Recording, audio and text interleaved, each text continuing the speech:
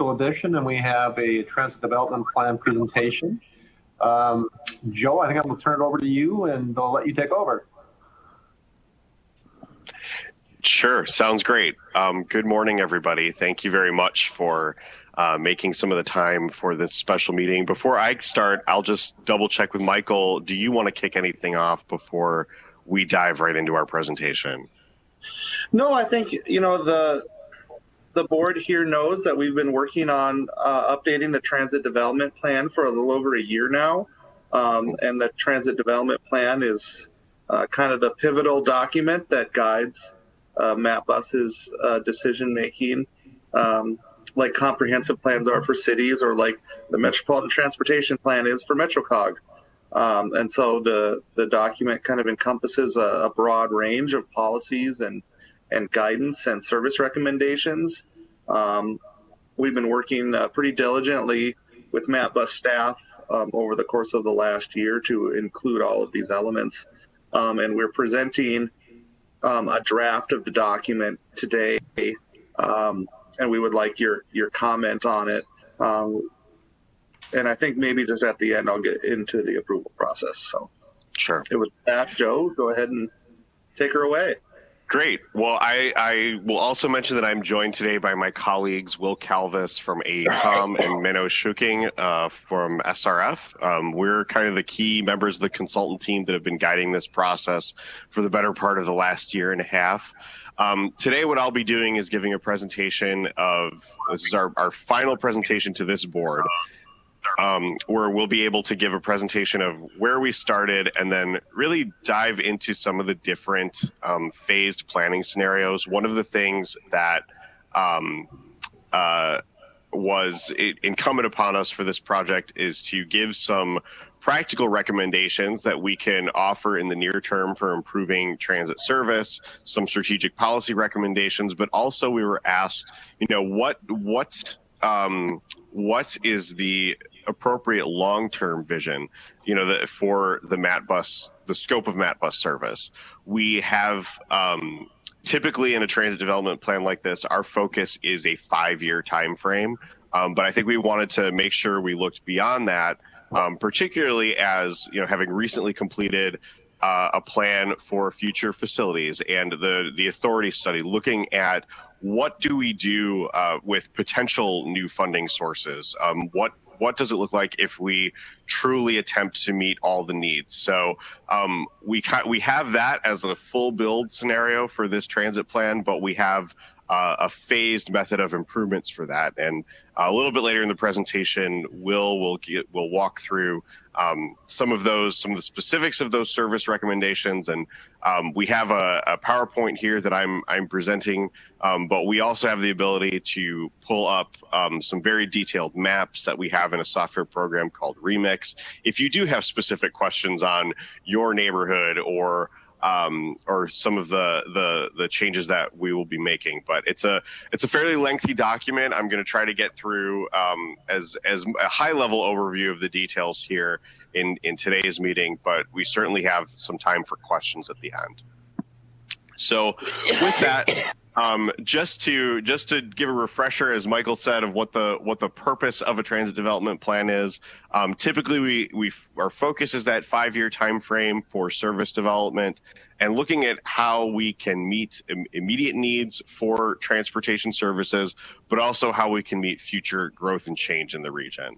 Our process involved evaluating the existing conditions of the service, so conducting a performance review of every bus route, looking at the community conditions, so looking at things like population density, employment density, demographics, and coupling that data analysis with a public engagement process. You'll note that we're still, I think, coming out of the pandemic, so we did a lot of our engagement was done virtually. I think we'll talk a little bit about some of the information we collected, but I think that was very successful. We will be conducting a final round of engagement coming up here in the next few weeks to kind of walk through the draft recommendations. Nothing is set in stone at this point. I think we're pretty close to it being fairly set, but we do want to give the public and the stakeholders that we met with at the outset of this project a chance to comment a little bit further on it.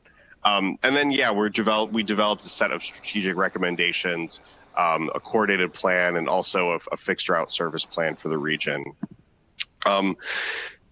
Anything I didn't mention there, we also acknowledge, as I said, there are some previous studies related to transit, not just the last TDP, but the authority study, a facility plan, local long-range plans, and comprehensive plans. We incorporated those as a starting point for this project. We also wanted to take a look at some different policies, and I'll talk about those a little bit more when we talk about our strategic recommendations for MATBus. We're also something a little bit different about this one is looking a little bit beyond the fixed route services, because we have a proven concept for on-demand service in TapRide, and looking for opportunities to expand that service where it would, particularly areas that are difficult to serve with fixed route, or maybe it's just not the best use of resources to run a fixed route bus all day. For things like employment shuttles, certain segments of the workforce, things like that. So we certainly wanted to look at some opportunities to expand TapRide as well. We also have a set of kind of internally for MATBus as they're monitoring service and establishing standards for service development. We have some recommendations on those based on our dialogue with MATBus staff, as well as incorporating some industry standards. And we developed a set of goals and objectives for this project. Like I said, high level, our tasks were looking at existing conditions, conducting outreach, and then developing recommendations. This is kind of how this broke down into several different deliverables for the project. And that was also, those are all incorporated into different chapters of the final TDP document. Just to recap our public engagement activities for this project, we had a community survey where we got approximately 760 responses, which, for a pandemic, I think was pretty good. We also held several virtual stakeholder meetings where we had some really good conversation, I think, with over 20 people over the course of 2 meetings. This is a mix of people that use the transit system, and also people that represent kind of advocacy groups that have clients or constituents that use MATBus on a regular basis to understand what some of those needs were. We also conducted a virtual open house. We'll be doing another one of those coming up here soon, which I'll let Menno plug toward the end of the presentation here. But we did have 14 members of the public participate in our virtual open house meeting in kind of a webinar format, where we informed kind of what goes into a transit service plan and understand what some of those needs were. We also, for our in-person portion of this engagement, a way to get in front of people that we know did not have reliable access to high-speed internet. We did have some kiosks and boards, some information areas available at the GTC downtown last December, where we would do a lot of the same exercises where we talk about trade-offs and what people want to see out of improvements to their transit system. We had those set up in December and had a lot of good participation there. A little example here in the graphic is some of the boards that we had up there. We also, in addition to the online survey, we had a wiki map set up. I think that was very successful. That was it's a map where people could design their own bus routes, indicate problem areas for pedestrian crossings or things like that, and provide general comments geographically online that we can use to incorporate feedback. We got 43 point-specific comments, and 25 people drew fantasy bus routes, I guess, on that wiki map. And again, that was all very helpful to look beyond some of those numbers that we typically collect in our initial data analysis to understand what some of the needs were. Coupled with that, we had continued outreach throughout the project, taking individual meetings, working closely with MatBus staff to make sure that our recommendations were vetted and that we're meeting a lot of the critical needs here. We'll be continuing to do that, to have meetings like that over the next few weeks as we move toward plan adoption, as the final draft of the TDP gets posted online for review. Just some of the key takeaways from engagement that we wanted to make sure we were addressing in the service plan. The most common trip purpose was people getting to work and people shopping. Not a major surprise there. I would say higher ed is also an important trip purpose, but that's something that we typically see in public transit systems. The number one or most common trip purpose is commuting. A typical travel time for someone on the bus is less than 30 minutes in terms of how much time they spend riding MatBus to get from point A to point B. We want to be mindful of that when we're thinking of what people's tolerance is for travel time and making sure that they're not getting too far outside of their typical routine. We did hear that we wanted a priority to invest in frequency of service, so having buses come more often, make them a little bit easier to use. Adding Sunday service, and then also address, if not borne out in the numbers, there's certainly in some routes a perception of reliability issues and issues with on-time performance that we wanted to make sure that our recommendations were helping.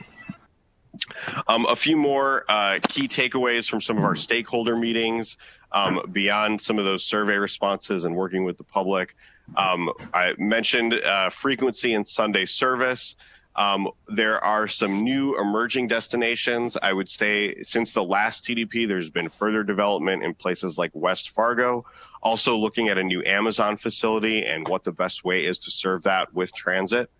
When we're looking at stop level ridership along key corridors, that's one of the main things that we use in our analysis. And I think we may have talked about this in the last meeting, but looking at where there's high activity and ridership along key corridors, and then where there are some softer spots and where maybe there's just very little or no ridership, things have changed to the point where maybe we don't need to run fixed route service at a location anymore.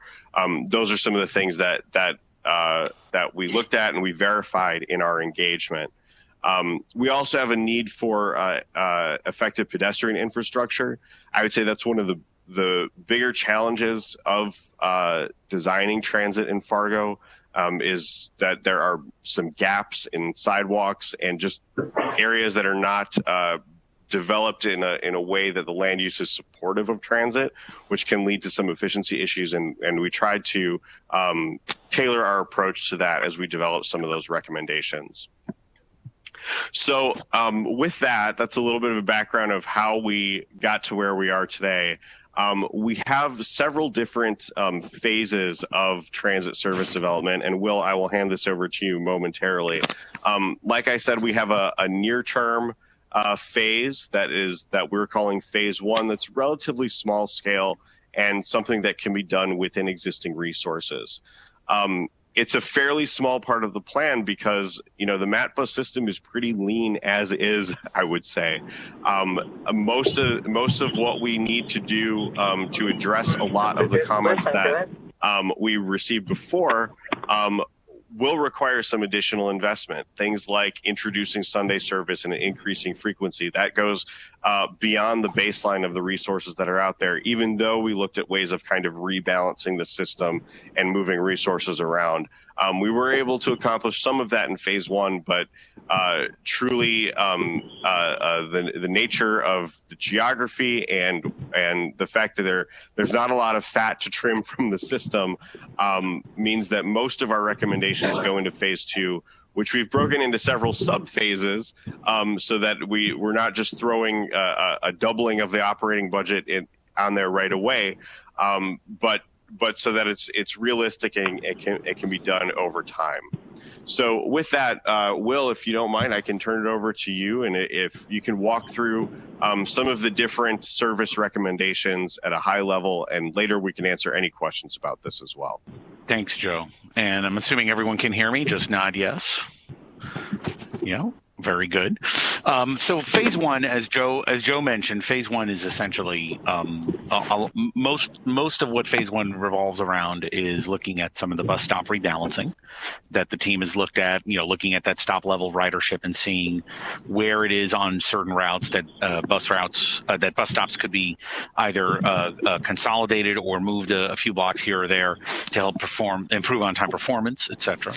And then the main route alignment modifications in phase one are to routes 11 and 13, and essentially 13 is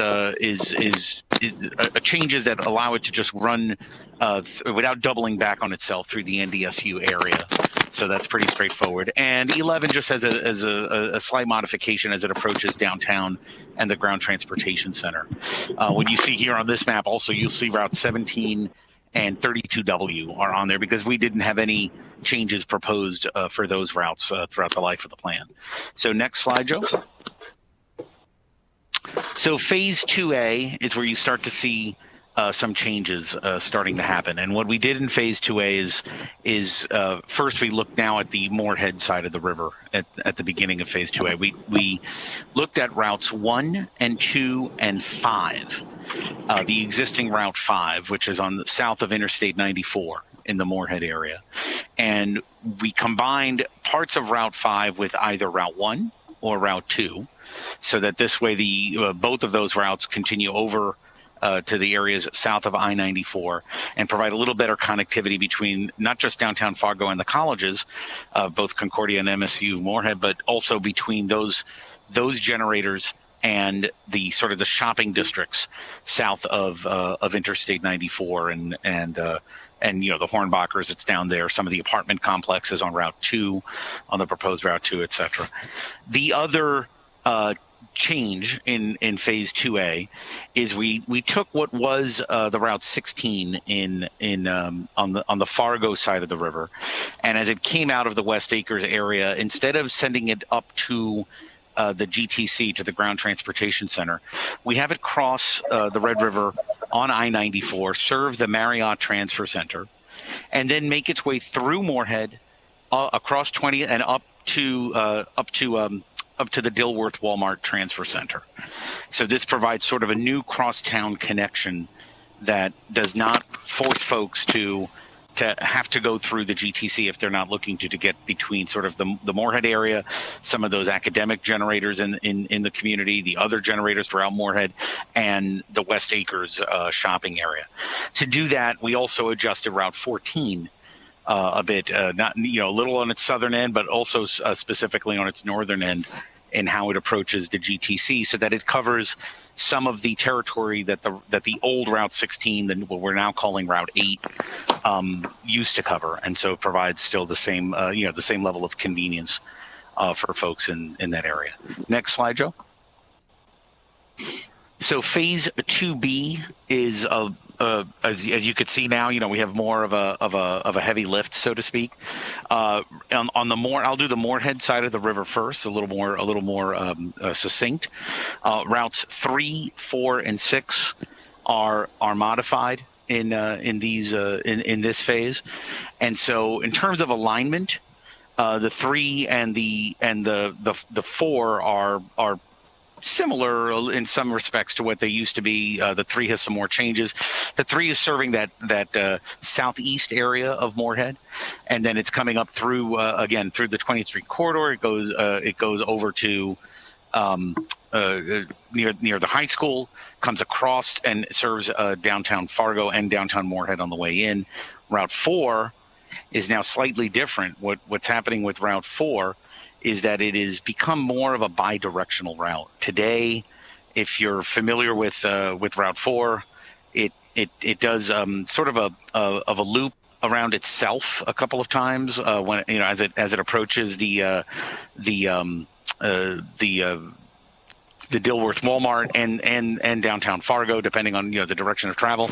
And what we've done here, accounting for some of the street geometry changes and light and intersection intersections that are, that may not have signalized protection at them, et cetera. So that's why you see a little bit of a turnaround loop at the eastern end.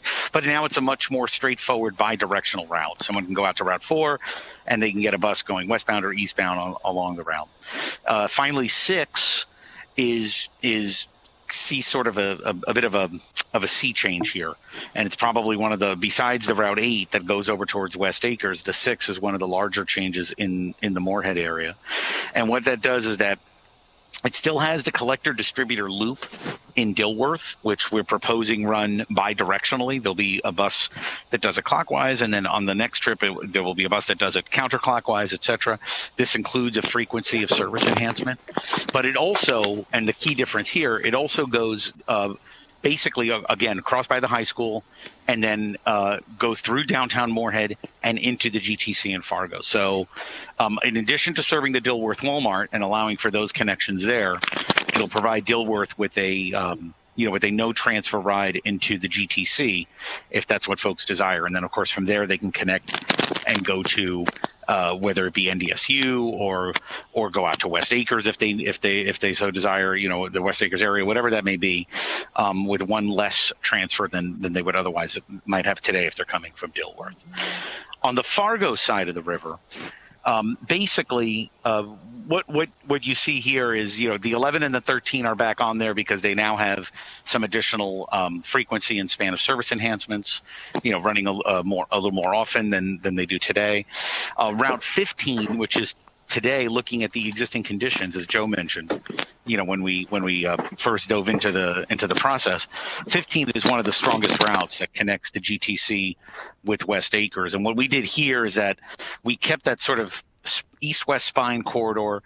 We still have it going by the 13th Avenue Walmart, and then we have it going down, connecting down towards the Sanford Health Center as a sort of a western anchor for that route. So this way it becomes a frequent east-west spine through Fargo, and then starts the building up the West Fargo network, which you'll see in more detail in a couple of subsequent slides. And then the 18 and 21 are essentially, a lot of this input came from different elements of the public outreach process, where Joe mentioned, like sort of on the wiki maps, you saw folks mentioning some corridors that they felt were unserved, et cetera. 18 today was we felt was a pretty ambitious route. We adjusted it a bit so that it essentially does a straight shot on the 52nd Avenue corridor, then it serves University and goes right into downtown Fargo. And as that southern portions of the service area continue to develop, we see that there'll be additional ridership there in the future. The 21 basically serves, where the Microsoft campus is coming also out of the Walmart on 52nd, goes through some of the South Fargo areas near some of the apartment complexes, and then we have it coming into the West Acres Transfer Center. Whereas today some of those areas have a much longer ride over towards the GTC, but one that from some of the input that we received from some of the discussions wasn't necessarily as reliable. It was a pretty long route. So we think this helps clean up the southern Fargo area. Next slide, Joe, on 2C. Now you start to see West Fargo really fill in. And what we did here, we have the Route 19 essentially becomes it's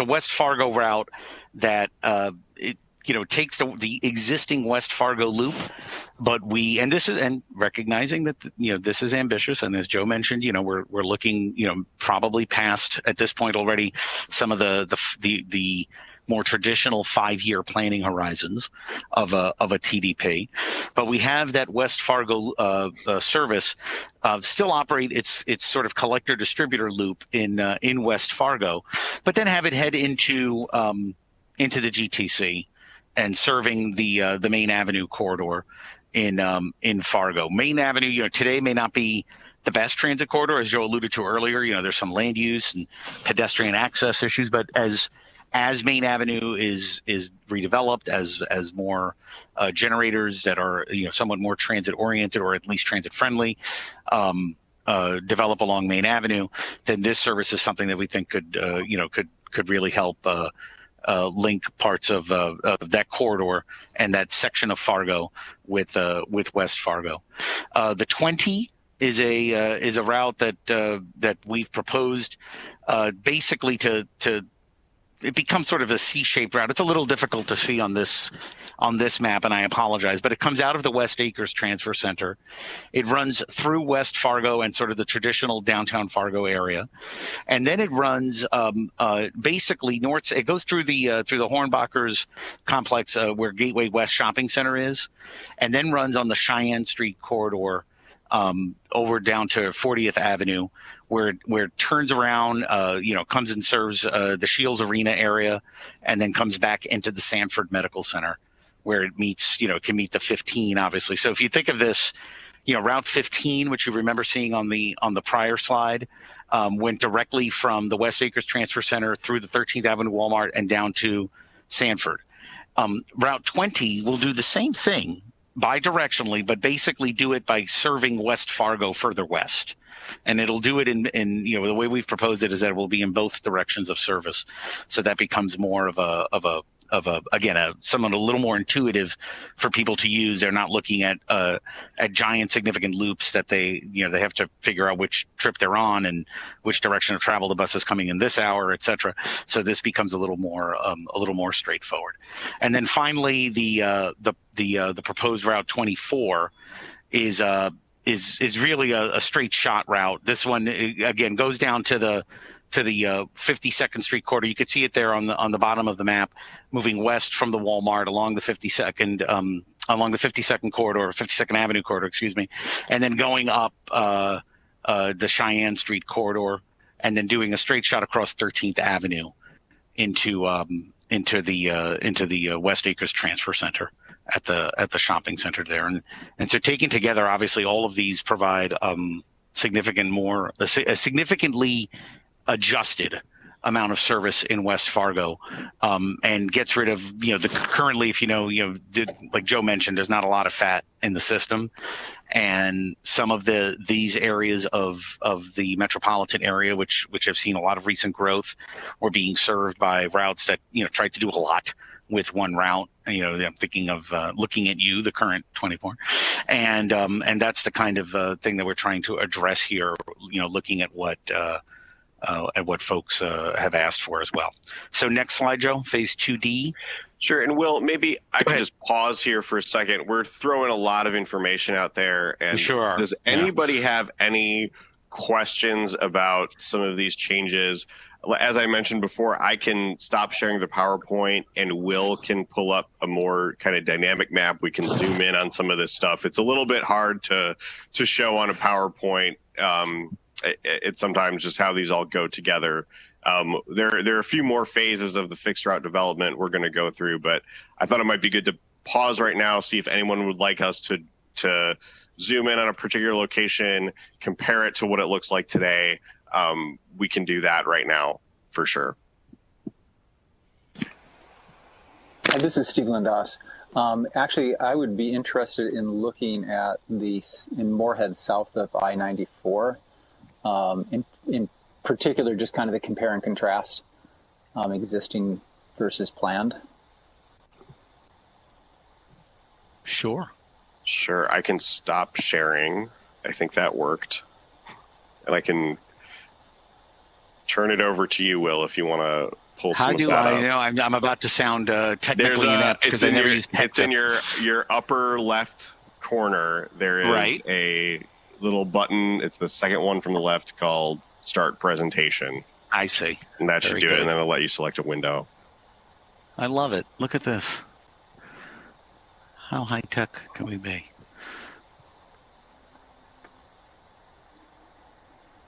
Okay. Let me know if you all can see the remix map that we've been talking about. Not yet. I cannot. Not yet. All right, let me try again. I'll try showing. Let me do an entire screen. Maybe that's just easier. Or I can do Chrome tab. Here we go. That might work. Oh, and you know what helps too is when you hit share. Let me know if you see it. We see the remix landing page. Okay, the remix landing page. Thank you.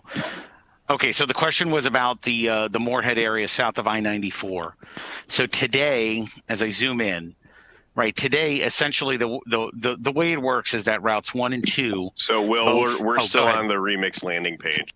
So I don't know if you have you need to switch tabs. Oh, I see what you're saying. Okay, stand by, guys. I'm sorry. I apologize. I will get this.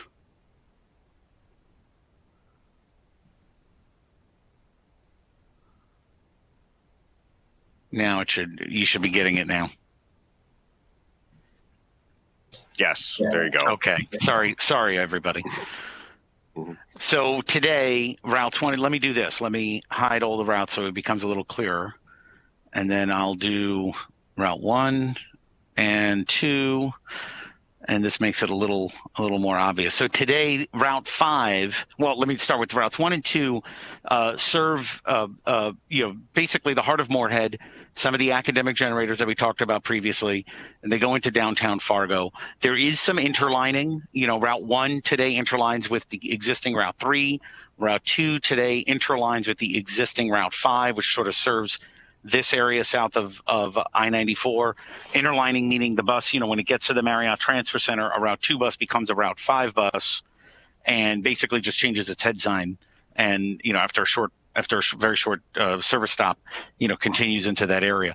What we've done is, while still maintaining the Marriott Transfer Center service, we've taken Route 1 and we've brought it south of I-94, as we mentioned earlier, and I'll do Route 1 first. So you can see this is the service coming out from Fargo. Comes around, serves, comes over to the shopping center, and then starts its inbound trip as categorizing it as inbound on Remix. Comes back, serves the Marriott Transfer Center again, and then continues inbound to downtown Fargo, and that makes it a little clearer, a little more intuitive, we feel, to folks to be able to use, and connects sort of the southern shopping center, some of the amenities that folks need, at Concordia, directly. It's a pretty straight shot. Same thing with Route 2. Essentially, the outbound service comes down. We have it, serving, and I'll put it on satellite map so you can probably see that a little better. Serve some of the apartment complexes, etc. And then the inbound service starts the same thing, comes through M State and serves the Marriott Transfer Center, and then continues on its inbound trip through MSU Moorhead and back through Hornbachers and into downtown Fargo. So was it Scott that asked the question? I can't remember now. I apologize. That was Steve. And Steve, I'm sorry, Steve. And in one sense, the ability. So I was tracking on the website too. I was trying to figure out how I could get to that remix page to be able to see this information, because then that could answer a whole bunch of questions I would have instead of taking up everyone's time. Well, that's what we're here for. If you have any, if there's other questions and. So is it possible to get to these documents in terms of just the public in general? Joe, how does that work? You might know better than I know it's in the draft report. Yeah. It is in the draft report, which is currently under staff review. So that will eventually be posted to the public, where we kind of go through this in a report in all the detail.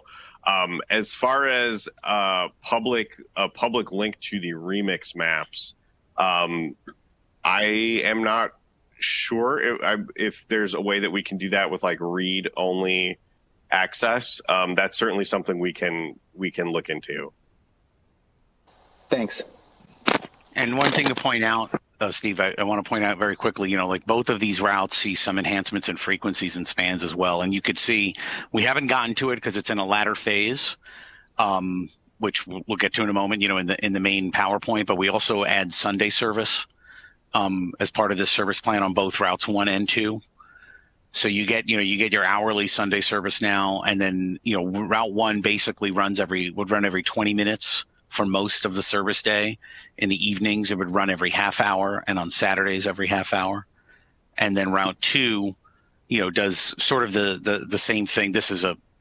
Don't mind this. This is a remix bug that we had to do these 2 periods with 15-minute service, but it's basically becomes an every 15-minute service, which essentially is a show up and go service. You go out to the bus stop on average, you're going to wait 7.5 minutes for a bus. And then in the evenings, it goes to 30-minute service, same thing on Saturdays. And then Sundays also hourly service. And again, those kinds of frequency and span changes and the alignment maps themselves, that's all in the draft report as well. Thank you very much. No, listen, I live for this. Okay. Sorry. No, that got me. Will, why don't you hand it back to me and we can keep going through Okay, let me see. I could stop sharing PEXIP, and I think it's back to the main one, right? Yeah. Let's see if I can pull this one off here. Can everybody see the PowerPoint again? Yes. Good. All right. So the other part of 2D, I'll just go right to the next. If you can go right to the next slide, Joe. 2D? Is we left off on C. We left off on C. I apologize. So 2D, yes, okay. We'll start with 2D. And so 2D, what you see there, essentially, you'll notice in the sort of northern part of the service area, you'll see a new route that goes through Hector Field and then goes up to the site of the proposed Amazon service. So we thought about this quite a bit, back and forth. And obviously, this is a draft plan. These things, nothing is chiseled in stone. And we felt that the Amazon service made most sense as a fixed route service. But we did consider a tap ride service area up there as well, the mobility on demand service. But the reason why, one of the biggest arguments for making it a fixed route service is that it also then allowed us to just run an additional route and sort of that one of those heavy transit corridors in the Fargo Moorhead area, which is the downtown through NDSU campus area corridor. So the proposed Route 10 becomes an additional route that can serve that, sort of think of it as a supplement, and then it runs out through the terminal complex. This would be an hourly route. We're not talking about an every 15-minute service here, certainly, and it would continue up to the Fargo proposed Fargo Amazon distribution center, which is up on 37th Street North, north of Hector Field, where I believe there's some burgeoning distribution type of network there.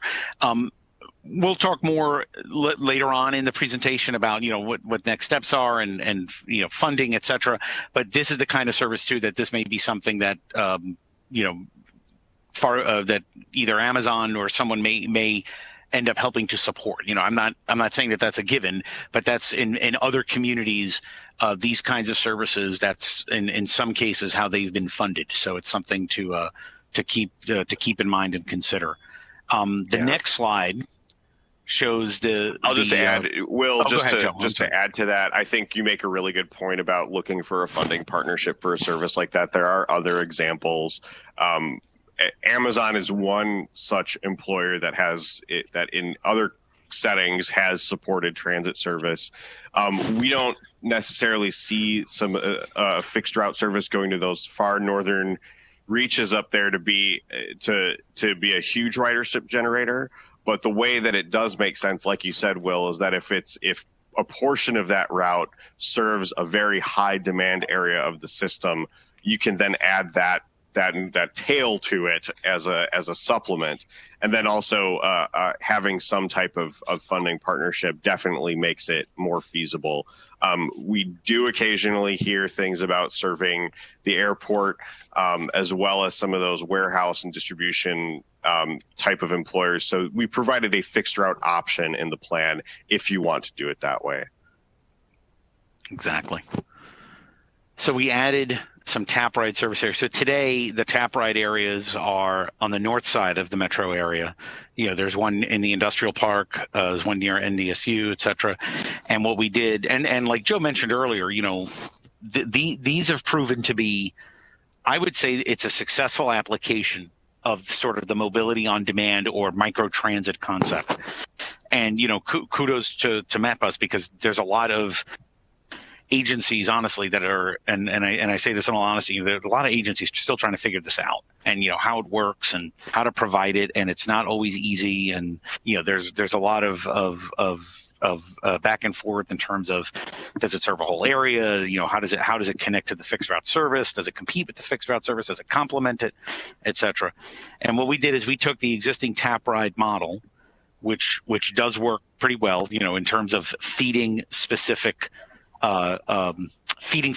fixed route stops and transfer centers, and then sort of cloned that model, for lack of a better term, in the southern part of the metro area, where you do see there's a lot of growth in the area, but it's also very diffuse. And sometimes it overlaps a bit with sort of the very fringes of what would be a good fixed route service area. So on the Fargo side of the river, you can see we sort of developed two tap ride service areas, looking at the Walmart at the 52nd Avenue Walmart as sort of being the feeder connection point to the fixed route service. Assuming each area would be served by a vehicle. That's what we assume for the purposes of costing these options out. And then in Moorhead, sort of the southeastern extreme part of sort of the development area in Moorhead. And again, you see a little overlap where some of the proposed fixed route services are coming down, routes 1 and 2, but and existing Route 5 area. But you see they're pretty clearly that you're going through that. Really, that's that 30th Avenue South area, near where near the Village Green Golf Course area, et cetera, where that tap ride service area would be. And we show it. You could see the little blue drop point. We show it as feeding the services at the Marriott Transfer Center, which would still be there, still served by Routes 1, by Route 2, by the Crosstown Route 8, et cetera. So it becomes the kind of thing where folks have some choices there. And then finally, phase 2E, next slide, Joe, has the addition of basically implementing all the Sunday services. We put that as its final phase, because it is hourly service on selected routes. It's not all of the routes, and again, the draft report makes that a lot more clear as to which are the routes that have Sunday service. But we have a very good sort of basic network of Sunday services out there, and then additional weekend services on the NDSU routes that were, not including the 32W that we talked about earlier as not having any changes. The 32W is an odd bird. It's a morning only route, just sort of to put in there to provide some capacity relief. But the other routes serving the NDSU sort of dedicated to them, the 31, 32E, 33, and 34 is having weekend service. Again, this is something that, it's obviously in partnership with NDSU, the extent to which funding might be available, et cetera. That's all part of what's in flux here. But we just showed, as Joe said, we want to show sort of like the full build out of what might be possible. So there you have it. That's the full run through of it's 6 phases. A through E on phase 2, and phase 1 pretty straightforward. The impacts. Joe, if you want me to just go through these quickly, or do you want to? Yeah, let me introduce just very, very briefly here some of the context of the impacts here. So, like I mentioned, this is a phased approach for these rather significant increases in capital and operating costs. The funding outlook improves if there is a dedicated funding source available to support this investment. So to get all the way through phase 2E, it's unlikely that will happen in the current funding setup. But that being said, if to address a lot of the needs that we heard of in our engagement, and also to address a lot of the growth in the region, this is our response to some of what we heard from transit users as well as leaders within the community. Some of the factors that affect that cost, if I'm kind of I'm setting you up for sticker shock is basically what I'm doing here. But some of the factors affecting that cost are that increased frequency in weekend service. That has a doubling effect on operating costs. If you're having buses run at 15 minutes instead of 30 minutes or 30 minutes instead of an hour, that's a doubling of resources. But that is how you get very good returns in terms of making service convenient and improving ridership. Similarly, adding weekend service to previously where there was none, that's an add-on to the existing scope of services. So when you think about what is having the largest impact on cost, it's adding those two components to the system. The other thing that I would just note about working in Fargo Moorhead, and Will and I have worked in other communities as well, is in a lot of places it is a particularly challenging environment to plan transit service and have service deployed efficiently. If development patterns are rather low density, or what we call kind of leapfrog development, where it's going geographically further out and not necessarily tightly planned on corridors with higher density. You do have that in a lot of the downtowns and in certain areas near the universities, but still we're getting as growth happens outward in a lower density pattern, that puts a lot of asks on the transit system, which is just difficult to serve that efficiently. So I wanted to give a few of the explanatory factors of what is the if we're getting all these benefits, and what are some of the factors that affect these costs, and what are some of the, maybe I wouldn't say it's unique to Fargo Moorhead, every region has this issue, but that's just some explanatory elements here of what you'll see next. So Will, just how we phased this in with some of the different services, how the phasing worked is we try to look at logical breakpoints where you would need to add vehicles, and also just where the routes make sense to interline with each other, and break it down into different increments. So, Will, I can let you just talk through some of the highlights here. Basically, you've covered really the bulk of it, Joe. It's like, a lot of the phasing had to do with interdependencies on certain route proposals, things that you can only do X if Y was done, kind of things. And then, adding, as Joe mentioned, adding in increments what it is that, that makes sense in terms of looking at a route, changing it. We saved Sunday service for the latter phases. Again, the Sunday service is 52 times a year. It's going to have an impact on operating costs, but it's not going to have the same impact that improving weekday frequency does. If you improve the weekday frequency significantly on something, that's something that happens 255 days a year. So I think we can all understand the basic mathematics of it. It's just those things will ramp up a little more quickly. But the big takeaways are that first column, the peak vehicles.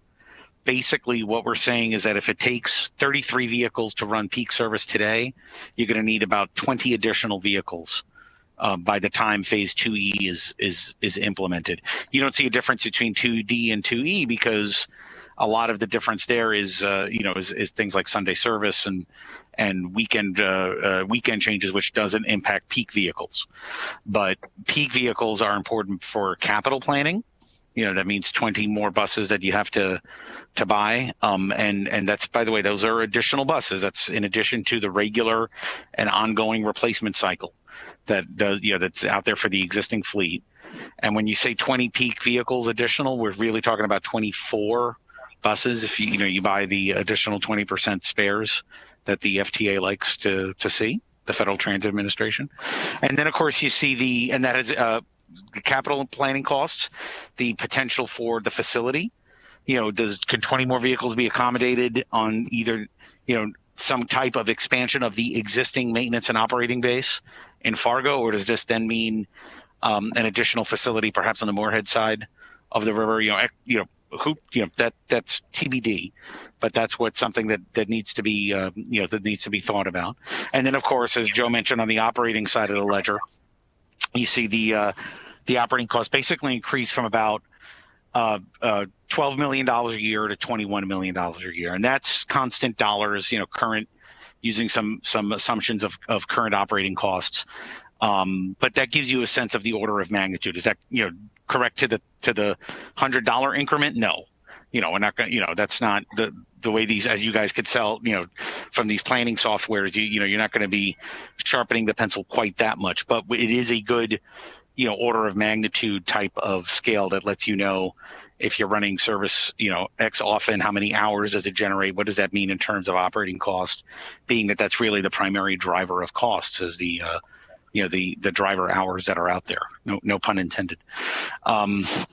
That's about it for the service plan. And I know that this then leads right into the policy and strategic recommendations, which are important, because this is all this is all interdependent on each other. So Joe, I'll turn it back over to you. Sure. And let things keep going. Yeah.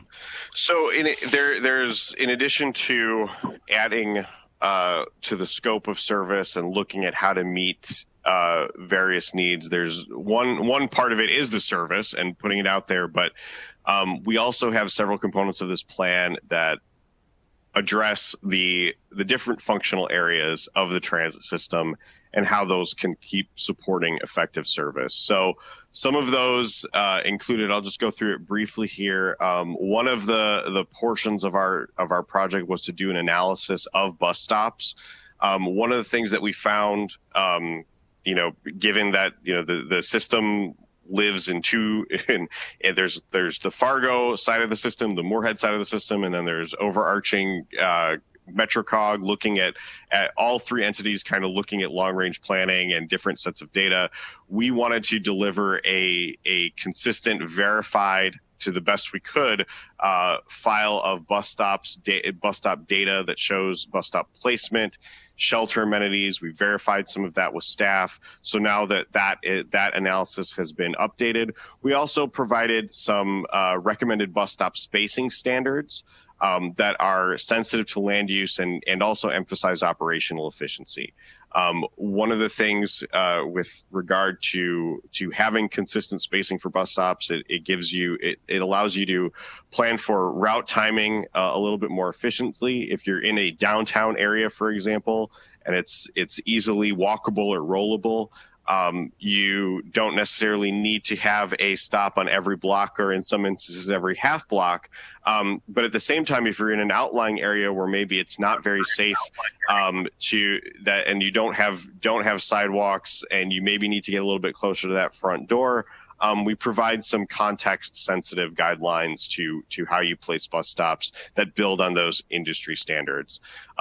As I mentioned earlier, we also developed some service and performance standards. So having a handbook of sorts that if there is a request for new service, a request to deviate from the route plan set forth here in this document, some of the different considerations that you want, a rubric of sorts to make that service planning decision to see if it's appropriate to deploy fixed route service at that point or not, and what amount and type of transit service, whether it's fixed route, whether it's a peak only service, whether it is that tap ride, is appropriate for a given area.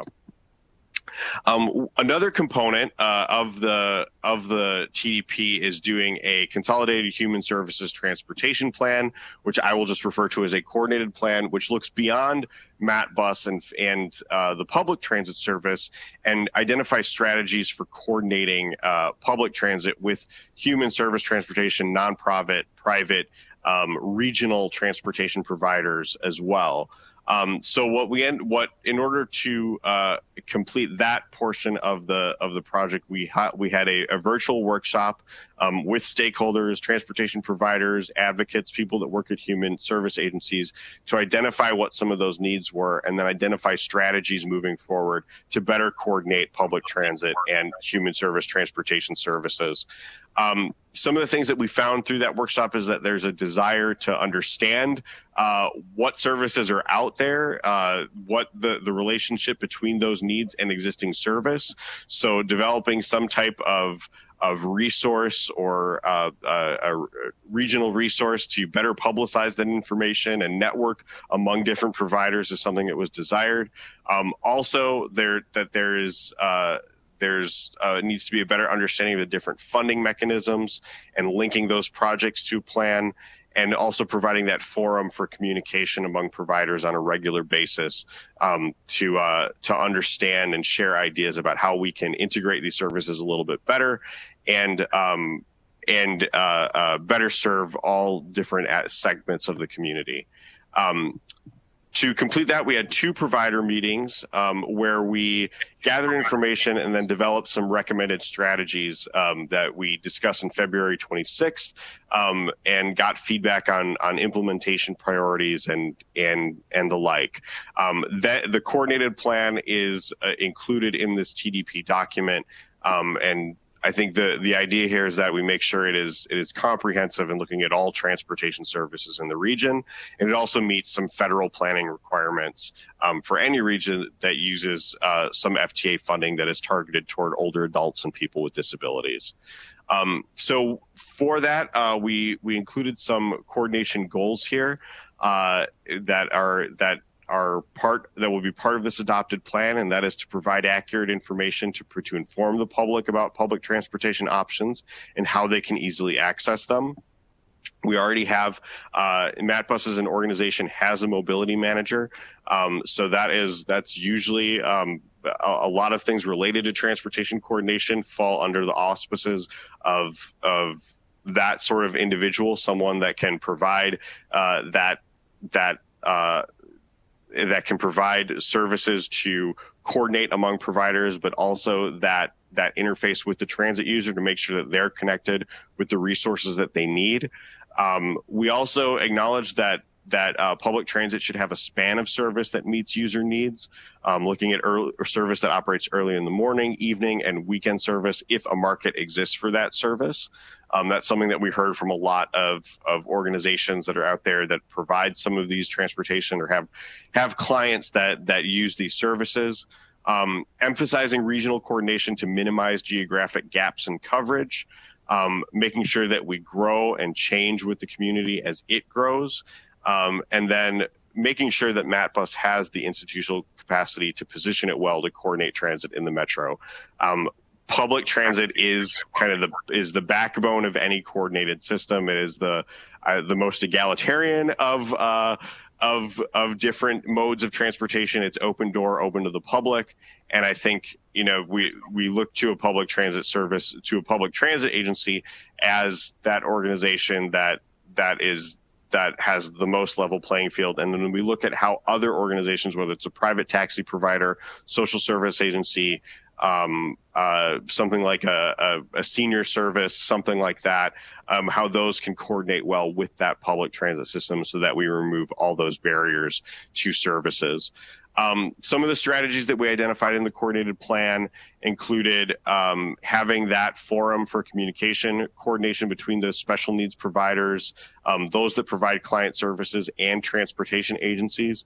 In the state of Minnesota, there's an RTCC model, which is a Regional Transportation Coordinating Committee, which it's a forum that MnDOT sponsors to have some of these conversations and address some of these issues of coordination and potential duplication or gaps in services. We recommend building on that model and having a similar group for the Fargo-Moorhead region. We also identify working toward cooperative strategies on mobility management, procurement, service expansion, managing volunteer programs, and marketing, really looking at all the different organizations, who's doing a good job in all of these areas, and how we can leverage those among multiple providers. So with that, I'll let you all know that we have a draft final TDP report that includes everything I presented today and then some. It is under staff review right now, but will be posted publicly very soon for review. We will also be having a series of public engagement meetings coming up that we sure could use some help promoting. We'll make sure that they're promoted on social media and on the project website.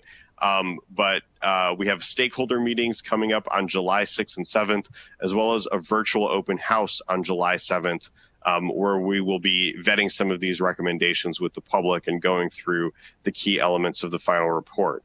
That wraps up then the public-facing portion of the project, and we'll move into our adoption process. We will be continuing to have presentations with various boards and committees, and wrapping up this project from our end, at least on the consultant side, in July and August here.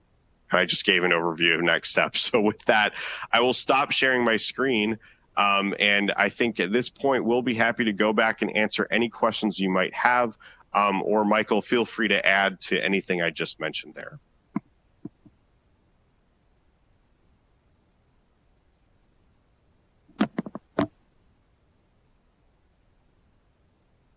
All right, questions from the board or others?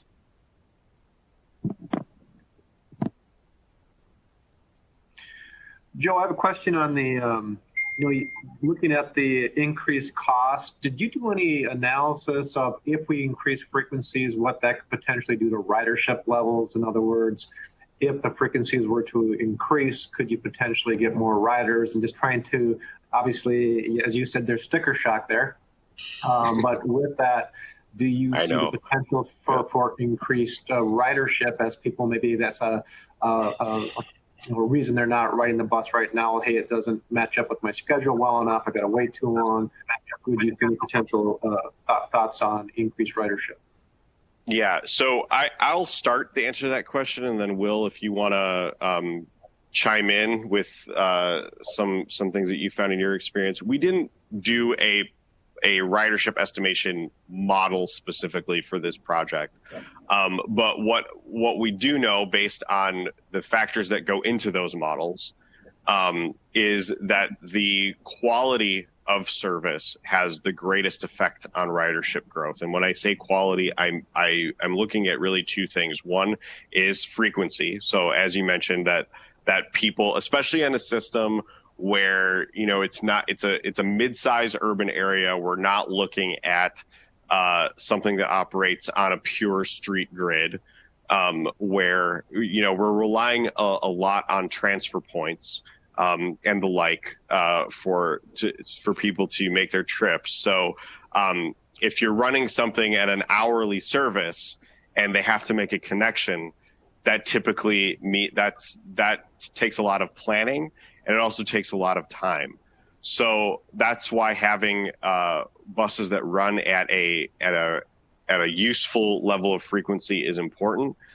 The other factor is travel time. So the amount of time that you're spending in vehicle. And we know that, it's never going to be, I shouldn't say never, but it's not, we're not looking at pure parity with automobile travel. It's that you'll likely spend more time on the bus than you would on a personal car, but we want to compete for what is the best use of people's time. So if you have a service that operates at frequencies that are convenient, that don't that people don't have to bend over backwards to plan their travel day to day, and it's at a reasonable amount of in-vehicle time. So what we know from our surveys is that most people, their average trip on MATBus is usually about less than 30 minutes. So if we can design a service that has good frequencies and minimizes that travel time, that plays into that quality measure, and that's where you get the greatest returns on ridership. So, as far as like rules of thumb for elasticities, I think what we typically see happen is when you make those investments in quality service, obviously you're putting more service out there with frequency, your passengers per hour will go down a little bit, so your performance will eventually go down. But then after about 3 to 5 years, you see that come, barring pandemics or economic downturns or something like that, that ridership tends to go back up, and you tend to be at a higher level than where you were before. Will, would you have anything to add to that in terms of where you get the greatest bang for your buck in terms of ridership? No, I think that's you spot on, Kevin. The only thing I would add, Kevin, is the where we really focus some of the significant or relatively significant frequency increases were on those already strong and could be stronger corridors, like the 15, connecting the GTC with West Acres area, some of the 11, the Broadway corridor, the 13 connecting downtown Fargo with the NDSU campus area, and then the 1 and the 2, the 2 specifically, already Matt Bus, has an enhanced 2, which operates frequently only during the academic year and only on a portion of Route 2. And what we did is we sort of evened that out and gave it throughout the year and made it a more consistent service. So some of those frequency enhancements or most of those frequency enhances are very targeted to what where we think the boardings per hour will show the healthiest returns. The other aspect of it is the Sunday service. Right now we're to be frank, we're only offering hourly service on Sundays. So it's sort of the beginning. I know it's phase 2E, as proposed. I know it's out there in terms of the the implementation phasing, but what we did say is that let's start with before walk before you run. Let's try and get out there with Sunday service with at least something that on certain corridors it's useful, it's available. People might be able to use it to go to work, to go shopping, etc. Because one of the things that that was clear on the as part of the outreach process was that Sunday service, that span of service enhancement, is what the public wanted to make clear to us is that it's not about just being able to go shopping in a more convenient way.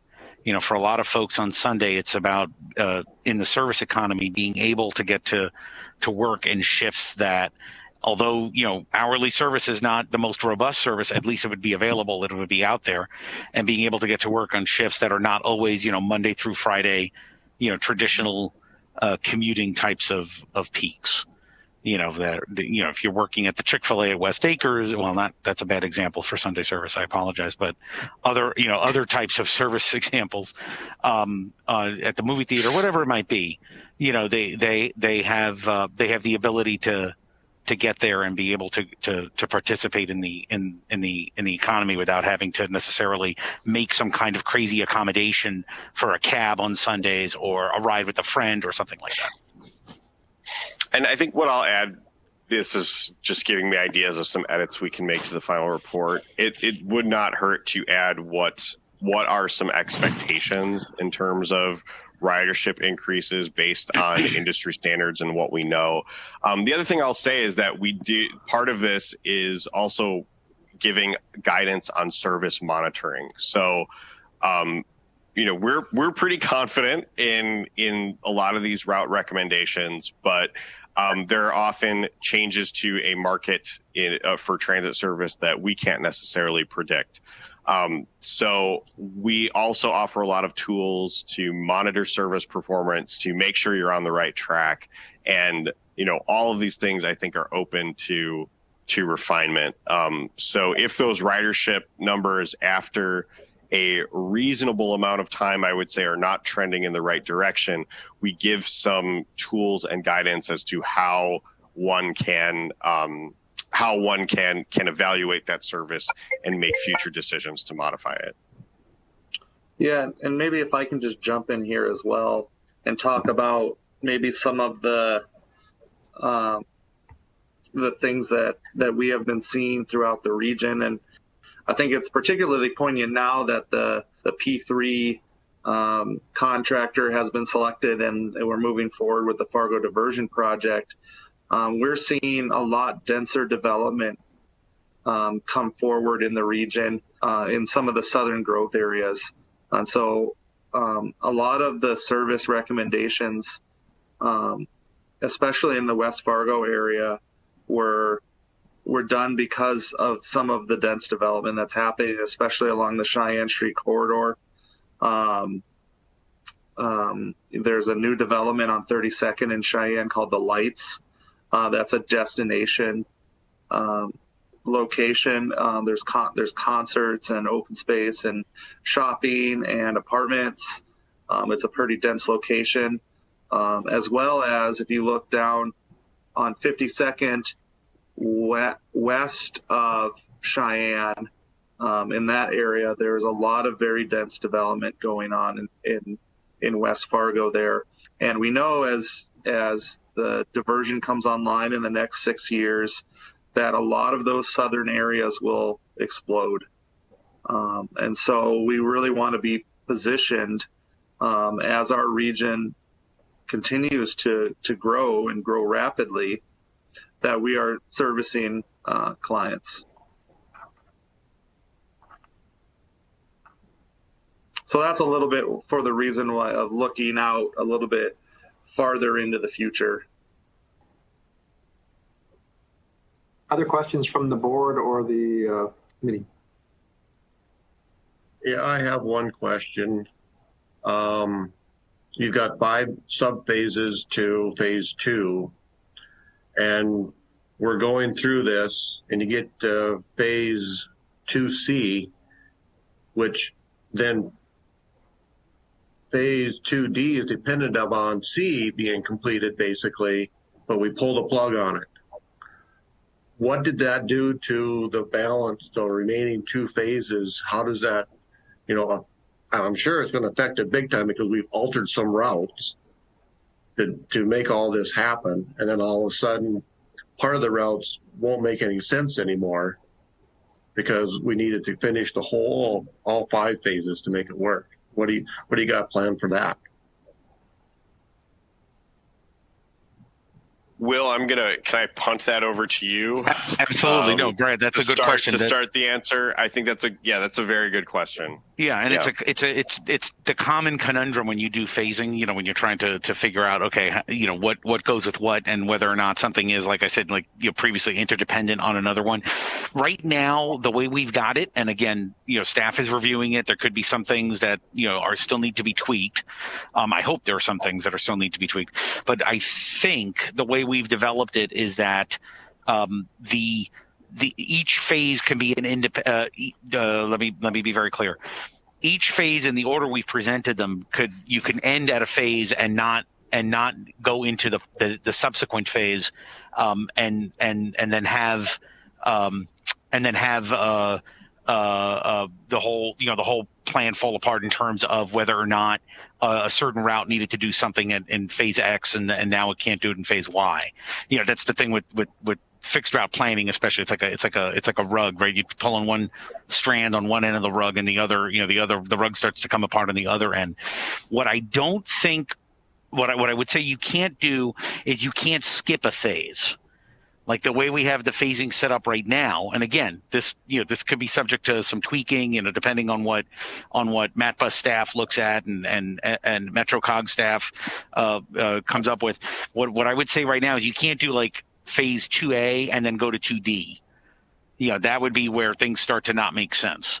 But if you do 2A and 2B and then hold there, Brad, then yes, then you still have something that makes a level of sense and is still implementable.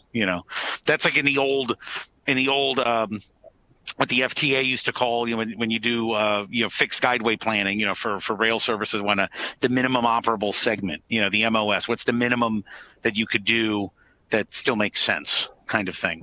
And that's how we sort of approach the phasing of the different elements here. And a couple of things that do afford some flexibility, I think, as as funding becomes available. I mean, within limits, I think, because we don't want to make a service that isn't useful, but there does a certain element of expansion need to operate the full span of service. I think that's a local policy decision. Of course, we would recommend that, but we understand that there might not be labor or capital to do that. The other thing I would say that I think Fargo-Moorhead as a region is very fortunate to have already as a proven concept is the tap ride service. So if we're looking at some of these expansion options and looking at a way to, if we're like, well, we don't have necessarily the funding to do phase 2D, 2E, what have you, in this time frame, you do have a on-demand mechanism to fill in some geographic gaps in service if you need to.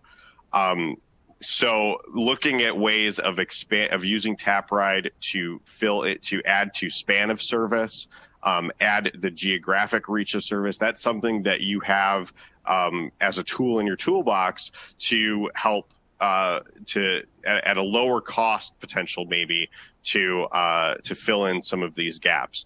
The caution with that is that TapRide will not scale up in terms of ridership to the same degree that a fixed route service will. But if you're looking to develop a market for service, it's a really good way of doing that. And it's something that we recommend for some of those on-demand micro-mobility types of service.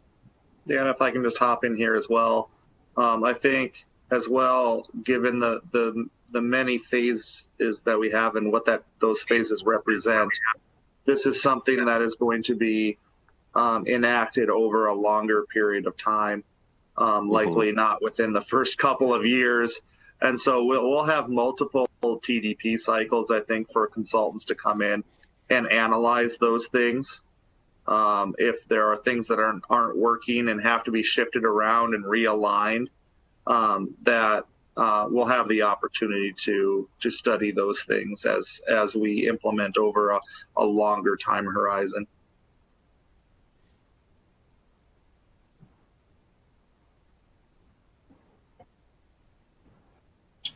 Other questions or discussion?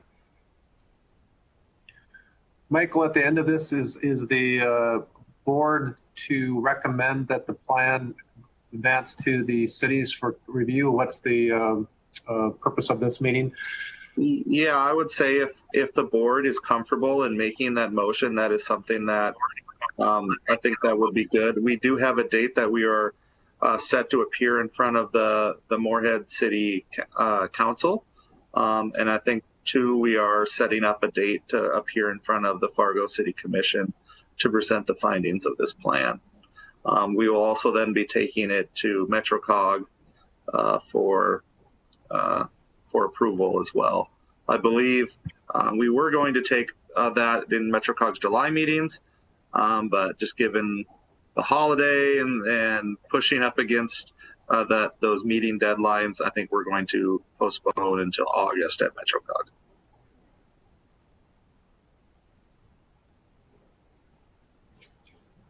Right. Any questions? Otherwise, we at this point entertain a motion that we would recommend that the plan advance to review by the city commissions of Moorhead, Fargo, and West Fargo. This is Steve Lindas. I would be happy to make that motion. Do we have a first? This is Brad Olson. I'll second the motion. All right, we have a first and second. Any discussion? Hearing none, all those in favor of the motion, signify by saying aye. Aye. Aye. Aye. Opposed? Aye. Motion is carried.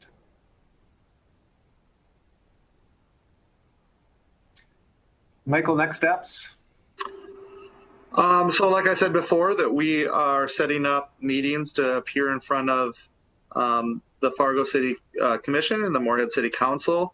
I guess I did talk to administration at the city of West Fargo, and they said that they were comfortable with the plan as it was right now, and that no presentation would be needed at this time. I know you're going through the budget stuff at the city of West Fargo right now, so it's already a complicated time. So not to throw something on top of it, but we will be providing this draft document on our website. I'm going to get it posted, and I'll send out a link to everybody so they can peruse through it. And if you have any additional questions or comments, please feel free to send them to myself or MapBus staff, and then we'll forward them on to our consultants as well. Well, Joe and Will, thank you so much for the presentation. A lot of information to digest, and I know that we just received it.